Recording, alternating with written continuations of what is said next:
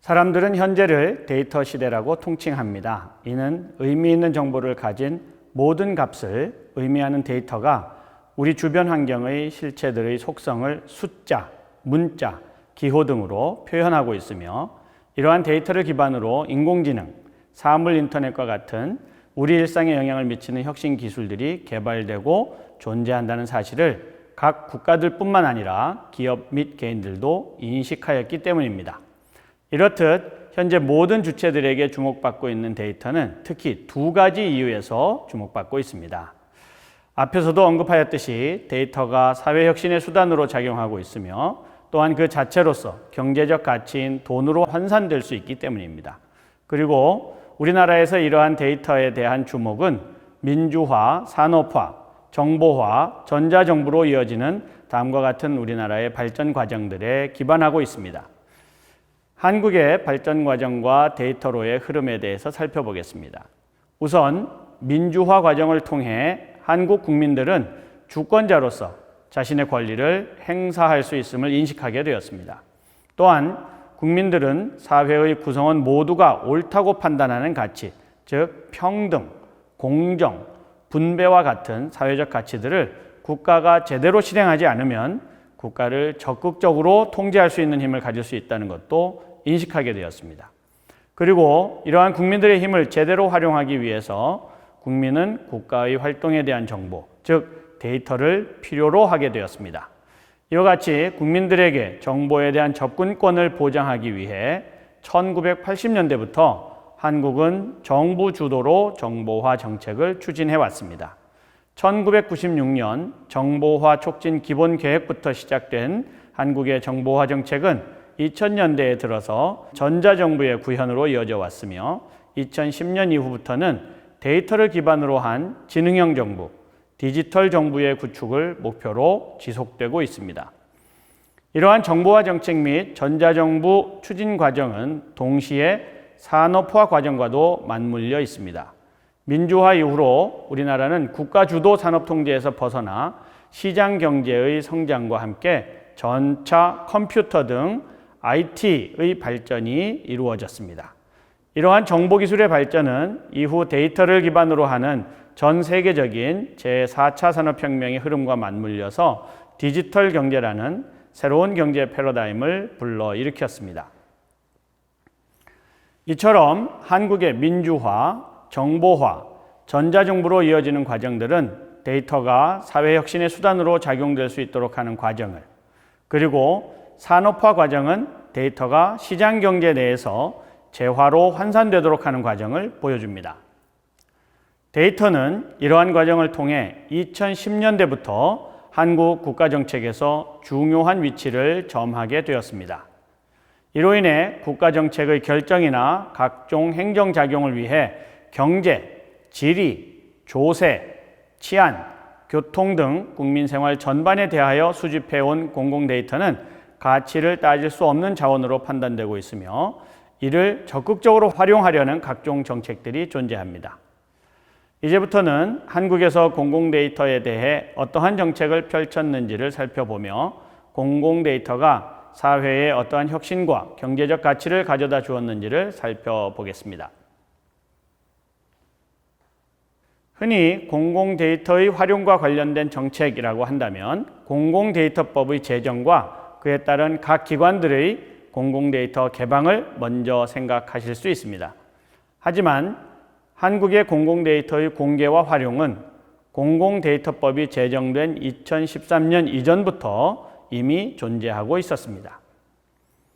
일부에 불과하지만 통계정보, 공간정보, 기상정보, 특허정보와 관련한 데이터들의 공개와 활용은 정보화가 진행되고 있던 1990년대 후반부터 시작되었습니다. 이들 분야들의 공공데이터 공개와 민간에서의 활용을 살펴보면 한국이 얼마나 선진적인 움직임을 보였는지 확인할 수 있습니다. 먼저 통계 데이터의 경우 1996년 통계 자료를 공표하고 활용할 수 있는 내용의 조항을 마련하는 통계법의 개정이 이루어졌습니다. 이렇게 공개된 통계 공공 데이터는 민간에서 활용되었으며 이러한 민간의 주요 활용례는 네이버의 검색 서비스를 들 수 있습니다. 네이버는 2005년부터 공개된 통계 공공 데이터를 자사 검색 서비스에 활용하였으며 해당 서비스를 통해 이용자들에게 더욱 풍부한 자료를 제공하게 되었습니다. 두 번째로는 공간 데이터의 공개 및 활용을 살펴보겠습니다. 공간 데이터는 1995년 시작한 국가 지리정보 시스템, GIS 시스템 사업의 일환으로 공개되기 시작하였습니다. 2000년에 제정된 국가 지리정보 체계의 구축 및 활용 등에 관한 법률을 근거로 하여 정부는 공간 데이터를 공개하였습니다. 이렇게 공개된 공간 공공 데이터도 민간에서 적극적으로 활용되었으며 이러한 활용례로는 2008년 국민은행의 지리정보 시스템을 활용한 경영 시스템은 GCRM을 들 수 있습니다. 이 시스템을 통해 국민은행은 지역적 특성에 최적화된 효과적이고 효율적인 영업점별 마케팅 전략과 고객 관리 전략을 수립할 수 있게 되었습니다. 세 번째로는 기상 데이터의 공개 및 활용을 살펴보겠습니다. 기상 데이터의 경우 1996년 현재의 기상법에 해당하는 기상업무법의 개정을 통해 기상 데이터를 기상 사업자에게 제공하기 시작하였습니다. 이러한 기상 데이터의 공개로 시작된 민간 사업으로는 기상정보 인터넷 서비스인 K웨더가 있습니다. K웨더는 동별로 가장 정확한 날씨 및 미세먼지 정보를 제공하였으며 이를 바탕으로 2003년 기준 기상정보 제공 시장 점유율 70%라는 독보적 위치를 점하기도 하였습니다. 마지막으로는 특허 데이터 분야를 살펴보도록 하겠습니다. 특허 분야도 앞의 통계, 공간, 기상 분야와 마찬가지로 매우 이른 시기에 공공 데이터의 공개가 이루어진 분야입니다. 특허 데이터는 1994년 제정된 발명진흥법에 근거하여 특허 데이터를 공개하였습니다. 이러한 특허 데이터의 공개로 시작된 민간 사업으로는 지식재산 토털 서비스를 제공하는 윕스가 존재합니다. 윕스는 공개된 특허 공공 데이터에 전 세계 특허 데이터를 한글로 데이터베이스화하여 해당 서비스를 상용화시켰으며 해당 서비스로 2000년 기준 월 평균 2억 원을 넘는 매출액을 달성할 정도로 사업의 효용성을 인정받았습니다. 이와 같이 앞의 네 분야의 국가 공공 데이터 공개가 각각의 산업 분야에서 사회 혁신과 경제적 이득을 창출하자 그 외의 분야의 데이터를 기반으로 하는 서비스를 제공하려는 시도들이 곳곳에서 이루어졌습니다. 대표적인 사례가 2009년의 서울시 버스 앱이라고 할 수 있습니다. 하지만 당시의 서울 버스 앱은 교통 분야의 데이터는 공공기관의 홈페이지에 게시되어 있으나 상업적으로 활용할 수 없다는 문제에 봉착했습니다. 이러한 문제를 해결하기 위해 공공 데이터의 전면적 개방의 실시와 상업적인 활용 가능성을 보장하려는 2013년 공공 데이터의 제공 및 이용 촉진에 관한 법률, 즉 공공데이터법이 제정되었습니다. 이 법률로 인해 교통, 일반행정, 도시관리, 교육, 보건, 환경 등 다양한 분야의 데이터가 공공데이터 포털을 통해 활용할 수 있도록 제공되었으며 공공데이터 전략위원회가 설치되어 공공데이터에 대한 전략과 시행을 관장하게 되었습니다. 이러한 공공데이터 공개를 통해 민간에서는 다양한 사업들이 진행되었지만 기상청의 날씨 애플리케이션과 같이 공공기관의 서비스와 민간 개발의 앱들이 서비스가 겹치는 문제가 발생하였습니다. 해당 앱의 서비스는 민간 시장의 활성화를 이유로 2015년에 중단되었지만 처음부터 민간과 유사한 공공데이터 서비스가 개발되는 것을 방지하기 위해 2016년에 공공데이터법의 개정이 이루어졌습니다. 한국 정부의 정책으로 안심 귀가 서비스 앱이나 각종 여행과 관련된 앱 등 현재 공공데이터를 활용한 사례는 2013년 이후 2,663건에 해당할 정도로 지속적으로 증가하고 있는 추세입니다. 이렇게 진행되고 있는 한국의 공공데이터 정책을 뒤로하고 정부는 앞으로의 공공데이터를 포함한 전반적인 데이터 정책을 준비하고 있습니다. 현재 데이터와 관련된 정책을 준비하는 기관은 공공데이터 전략위원회와 대통령 직속 4차 산업혁명위원회의 데이터 특별위원회입니다. 우선 공공데이터법에 의해 발족한 공공데이터 전략위원회는 공공데이터에 대한 개방에 대한 정책을 제시합니다. 2021년 4월 1일에 의결된 공공데이터 개방 2.0 추진 전략에 따르면 수요자 중심의 품질 높은 데이터 개방, 오픈 API 방식의 정형 및 비정형 데이터 개방 추진, 데이터의 수집 및 분석 과정에서의 민관 협력 등 공공데이터의 활용 가능성에 초점을 맞춰 정책을 구축하고 있음을 확인할 수 있습니다. 공공데이터 전략위원회와는 달리 제4차 산업혁명위원회의 데이터 특별위원회에서는 국가에서 관리하는 데이터인 공공데이터의 관리 체계에 대한 개편과 새로운 데이터 활용 제도 정착을 지원하는 등 범국가적인 데이터 활용의 촉진 기반을 마련하고 있습니다. 특히 현재 데이터 특위에서는 구체적으로 논의하고 있는 정책으로 최고 데이터 책임관 사례 등이 있습니다. 이 CDO 정책은 데이터 기반 행정을 포함한 공공부문 디지털 전환의 중추적 역할을 수행하는 직위가 바로 CDO라는 것으로 인식하고, 이 데이터 특위에서는 이 CDO의 도입을 포함한 공공과 민간에 대한 전반적인 데이터 거버넌스에 대해서 정책을 마련하고 있습니다. 앞서 언급한 내용 중 여기 계신 분들께서 가장 큰 관심을 가지실 만한 분야는 역시 특허 정보라고 할 수 있겠습니다. 특허와 관련된 한국의 공공데이터 혁신 사례들과 정부의 정책을 조금 더 자세히 살펴보겠습니다. 2020년에 한국지능정보사회진흥원에서 발표한 공공데이터 활용 실태 조사에 따르면 비즈니스 부분에서 공공데이터의 활용성은 특히 출원에서 가장 두드러지게 나타나고 있습니다. 이는 사업과 관련하여 특허 분야의 공공데이터를 다양한 방식으로 활용하고 있다는 것을 의미합니다.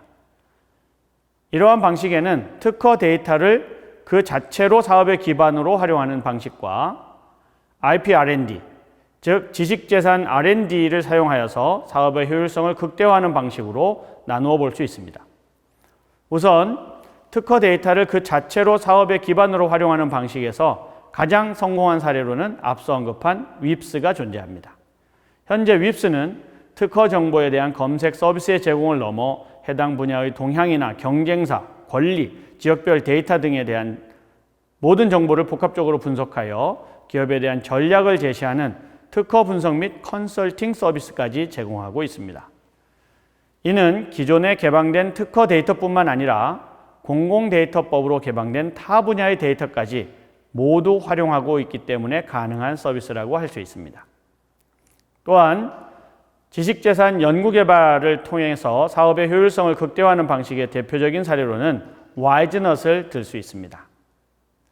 IP R&D는 기존의 R&D IP 방식과는 다르게 공개된 특허 데이터를 기반으로 R&D 기획 단계부터 성과물이 나오기까지의 전략과 방향을 제시하는 기술 개발 방식을 의미합니다.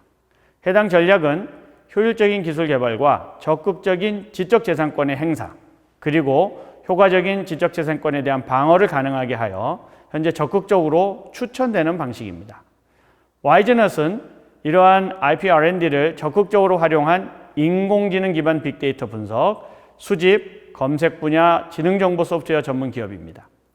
와이즈넛은 서비스를 개발함에 앞서 특허 공공데이터에 기반하여 서비스 개발의 장벽이 될 수 있는 데이터 스토리지 가상화 기술 분야의 IP 정보들을 먼저 확인하고 특허 동향조사 분석을 통해 핵심 특허에 대한 특허 기술 분석을 수행했습니다. 이러한 과정을 통해 얻은 특허의 권리 기간별 정리를 포함한 포트폴리오의 심층 분석으로 와이즈넛은 R&D를 효과적으로 이루어낼 수 있었습니다.